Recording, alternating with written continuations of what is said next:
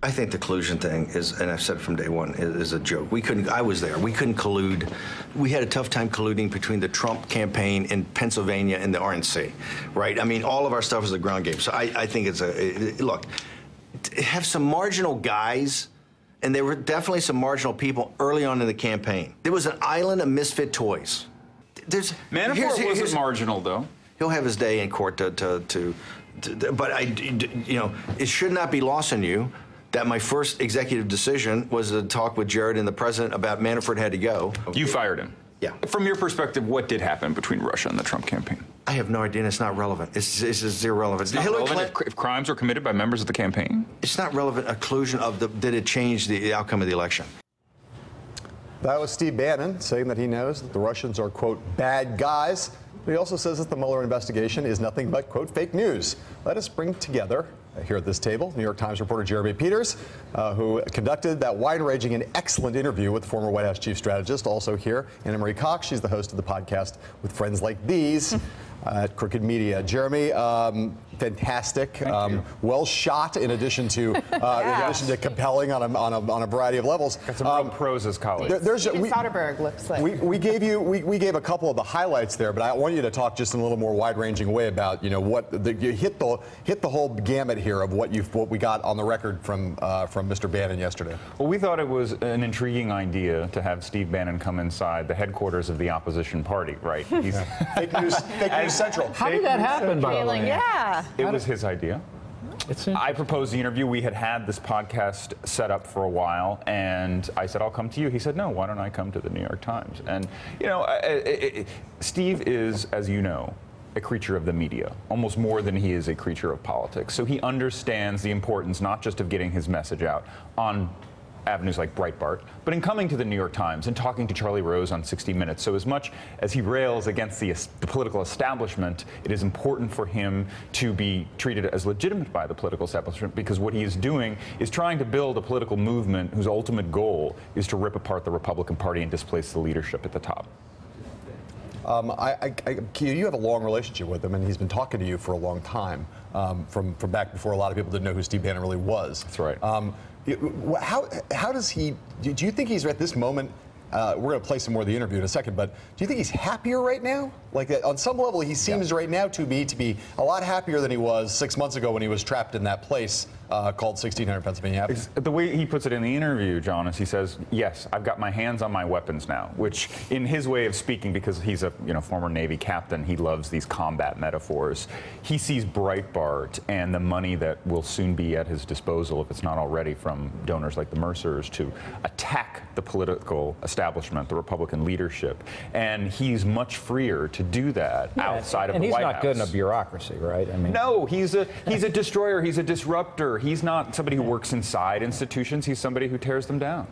I want to play some more of that. I want to ask you, though, does he view any of these things as his personal failings? I mean, does he take any responsibility for Roy Moore? That was his hand-picked candidate. I haven't heard him say anything putting any distance between him and Roy Moore, and I think Steve has to answer for that.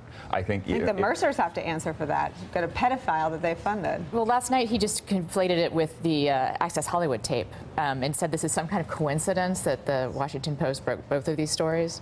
I mean, it's no more coincidence than the Washington Post is a good newspaper, right? I mean, like of good reporters. So he's not just not taking responsibility, but he's actively continuing to support and provide cover. We want to watch some more of that. So Jeremy also asked Bannon about President Trump's appeal with white nationalists. Take a look. 100% media fabrication. And by the way, because they realize that they think the only way they can run is by smearing you to be a nativist, a misogynist, a racist, a homophobe. But they're chanting his name. They're saying Heil Trump. You can't help it. They're doing that because they know the mainstream media, as soon as if they sit around do their whatever they do, nobody covers them. Right? Because nobody cares, because they don't have any meaning or purpose, okay? They're so tiny and irrelevant.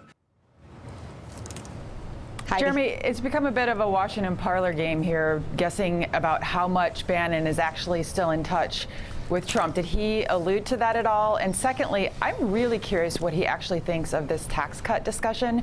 What we know from Bannon is that he was actually, reportedly a little bit in favor of, the whole tax the rich approach. And then you have folks like Ann Coulter saying this is for Wall Street. I'm curious what he thinks of this big deliverable of a corporate tax cut. Great question, Heidi. I've asked him about that before. Didn't come up in this podcast, but I did ask him about, how is President Trump, this economic populist, going to sell this tax cut to a working class base that basically voted for Trump as a rejection of the Davos class, of the elite, of Wall Street. And Bannon said to me, well, look, I think you'll remember reading some reports that I was in favor of a top tax bracket over 40%. So he does believe in that. I think that's going to be the trick here, is selling this tax cut as something more than just a corporate giveaway. Anna, I want to ask you this. Okay, so here, this is a big setup on this question. You got Roy Moore, who's a Steve Bannon guy. You had Ed Gillespie. Last weekend, Bannon was saying, hey, Ed Gillespie's running on the Trump agenda. And then as soon as he lost, he threw him right under the bus and said, oh, he didn't embrace the Trump agenda enough. You got him claiming that he, in previous interviews, that he was the one who kept Chris Christie from getting a job in the administration. A lot of people around Trump say that wasn't true. He's telling Jeremy that he was responsible for firing Paul Manafort. I'm not sure there's a whole lot of evidence that that's true. He's like a free-range nihilist out there on the landscape right now, but one who I think poses a significant problem for this Republican Party. He also says to Jeremy that he's predicting Mitch McConnell will be gone, not majority leader, and that that's kind of his personal mission. How does the Republican Party deal with this guy and the fact that he does remain close to Donald Trump? I think the Republican Party is in trouble. We've been talking this all day. I mean, I think the operative word that you use there is nihilist. You can't deal with someone that doesn't care about hostages, right? He doesn't have any investment in any of this. Like, there's nothing, and it's actually, so it's also kind of the problem with dealing with Trump, is that Trump has no interest besides his own immediate, personal enrichment or personality, ego enrichment.